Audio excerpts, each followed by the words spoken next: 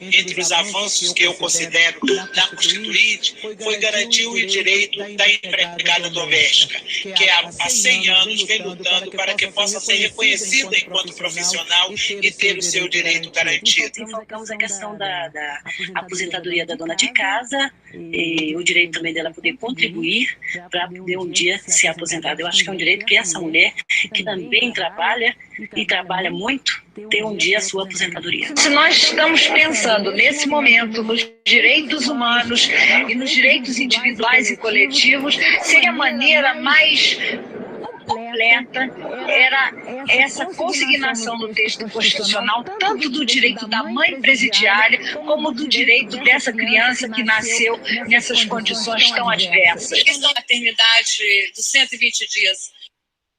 Então, assim, é um capítulo ímpar da história do Brasil. A gente vê essas pessoas, as mulheres fantásticas, né, tomando a dianteira para definir aquilo que veio a ser todos os direitos que a gente tem hoje, que a gente, mulher, tem, né, de ser cuidada por uma legislação que torna impossível equiparar, por exemplo, o salário do homem e da mulher, o direito a uma mulher que trabalha em casa ter esse trabalho reconhecido como trabalho e, sobretudo, como a gente viu a Benedita falando, essa possibilidade da pessoa que tem um trabalho doméstico ter carteira assinada e que muitas vezes no Brasil a gente ainda tem, né? A gente tinha a empregada doméstica vivendo sob as condições idênticas à da escravidão. É uma realidade que eu presenciei quando eu era criança e que eu vi a enorme transformação que foi isso, né, de se passar a ter carteira assinada, e todos os direitos, né, assegurados pela carteira, que torna aí a empregada doméstica uma trabalhadora como qualquer outro trabalhador, né, com direito a aqueles direitos de férias remunerada, né, direito a trabalhar no máximo 8 horas por dia, e etc., né, ter os direitos também de, por exemplo, na época da gravidez, poder ter férias, por conta do cuidado com a criança, o bebê recém-nascido e tal. Mas o que eu acho incrível, né, nessa postura dessas mulheres durante a Constituinte de 1988 é o seguinte: a gente pontuou que, segundo Freud, existem 4 maneiras da pessoa lidar com a lei. Só que a gente não pontuou uma coisa que também não está na obra do Freud, que é isso: o poder que a pessoa tem de criar a lei. A gente falou que a pessoa pode se submeter à lei, né, que no caso é o neurótico, a histérica, ela deseja se submeter à lei, mas ela não consegue, ela fica, né, na linguagem, ela fica tentando se situar, e aí ela deseja alguém que consiga situá-la, segundo Freud, pelo menos. Então, você tem essa dialética, digamos, essa relação entre aquelas pessoas que desejam se submeter à lei, aquelas pessoas que fogem da lei, que no caso é o perverso, né, eles fogem da lei, e você tem as pessoas que criam a lei. E aí que eu acho genial, porque essas mulheres que a gente viu durante a Constituinte, que quer dizer, elas estavam fazendo a lei que vai ser a lei que hoje cuida de nós mulheres, elas estavam fazendo essa lei. E aí é genial, porque você se permite não estar nem na subserviência da lei, nem na fuga da lei, mas na criação da lei. E é esse o lugar que tradicionalmente foi dado ao filósofo. A gente, na outra aula, falou, no início, que era o seguinte, que o filósofo, no caso Platão, ele foi, né, convidado a criar a lei, ou seja, conseguir compreender quais são as necessidades da sociedade da época dele e propor leis, no caso da própria criação dele. O Platão fez umas leis que são louquíssimas. Por exemplo, ele decidiu que as pessoas tinham que aprender a dançar, aprender a fazer ginástica e que tinha que ter direito ao vinho, tomar vinho.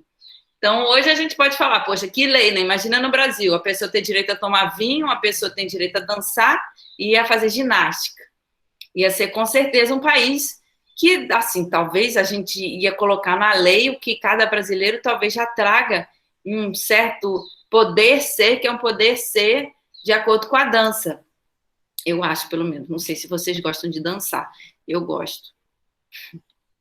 Mas, então, para acabar a nossa aula, eu queria deixar registrado isso que eu acho mais interessante, que é a possibilidade nem da pessoa se submeter à lei, que às vezes é claro que é necessário. Então, se você não se submeter à lei, o que vai acontecer?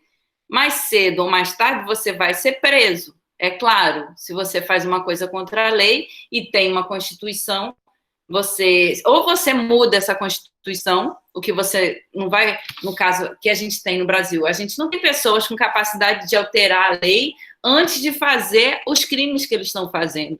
Então, a gente tem uma situação que toda a população reconhece, que existem milicianos, assassinos que estão matando pessoas, e isso é um crime. Então, é uma questão de tempo dessas pessoas serem presas, né? Pelo menos se não, a corrupção não tornar isso inviável também. Mas o que eu acho interessante é o elogio da criação da lei. Então, você nem precisa necessariamente se submeter sempre à lei, nem fugir da lei, você pode criar a lei. E aí, você criar a lei, não necessariamente precisa ser em Brasília, no caso, criar a lei no sentido conferido pela psicanálise, no caso, nem é tanto a psicanálise, né? Sou eu que estou tentando ler esse legado que a gente tem na filosofia, que é o seguinte: você pode criar um estilo, né? Você criando um estilo, você criando um costume, esse costume pode vir a ser lei, né? Porque, assim como o Debré, que a gente trouxe no início, né? O Debré, esse artista que a gente comentou, ele destaca pessoas da população negra em lugares de elite, né? E aí ele foi, digamos,